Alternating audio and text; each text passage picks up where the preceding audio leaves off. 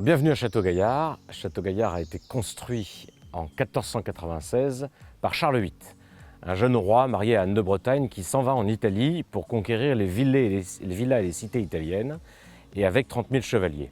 En revenant ici à Amboise, il ramène 22 artistes et artisans italiens, au premier rang desquels se trouve un moine bénédictin érudit, Pacello de Mercoliano. Ils vont installer ici les jardins du roi et implanter pour la première fois la première Renaissance à Amboise, en plein cœur de la ville, dans ce vallon de 300 mètres de long, de 32 mètres de haut, qui évidemment est un écrin parfait pour reproduire le paradis terrestre. Alors en 2011, la découverte de Château-Gaillard est un élément tout à fait particulier puisque le lieu a complètement disparu sous la végétation. C'est une brousse, c'est un friche, c'est une jungle urbaine et il faudra 5 années de restauration très intense avec 300 artisans, 50 entreprises pour arriver à lui retrouver une âme et à le réhabiliter. C'est un lieu assez magique puisqu'on est au cœur de la ville d'Amboise avec 15 hectares de forêt, de parcs, de jardins. Aujourd'hui, en 2018, le domaine est complètement restauré et ouvert au public. Alors Château-Gaillard est en fait un rêve de roi et c'est les premiers jardins de la Renaissance en France.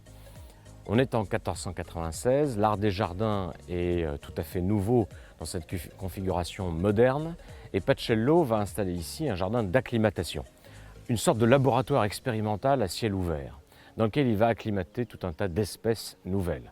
Alors ce sont des pêchers, ce sont des orangers, mais ce sont aussi des techniques qui lui sont propres, et notamment ce que l'on appelle l'arte del verde.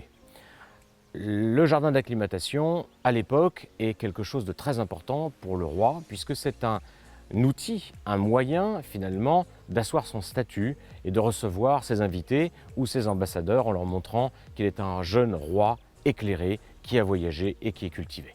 Alors l'implantation des jardins du roi ici a une genèse. Et cette genèse, en fait, c'est que pour implanter le jardin du roi, il faut de l'eau. Alors dans un vallon de 300 mètres de long, de 32 mètres de haut, arrosé par une source gauloise et la rivière de Lamas, exposé plein sud, on dit caressé par les chauds rayons du soleil de midi, évidemment, on se retrouve dans une configuration absolument idéale pour installer ici un jardin clos de hauts murs, de 3,60 m de haut. Et évidemment, la configuration soleil plus eau permet d'y installer ces fameux jardins du roi. Nous sommes dans le jardin du domaine royal de Château-Gaillard et je suis en présence de Marc Lelandais, propriétaire de ce domaine. Je vous remets aujourd'hui au nom de la société Honda cette plaque du label Les Magnifiques Jardins de France parce que nous avons retenu votre jardin comme l'un des plus beaux que vous présentez actuellement au public et nous sommes ravis que vous fassiez partie de notre label.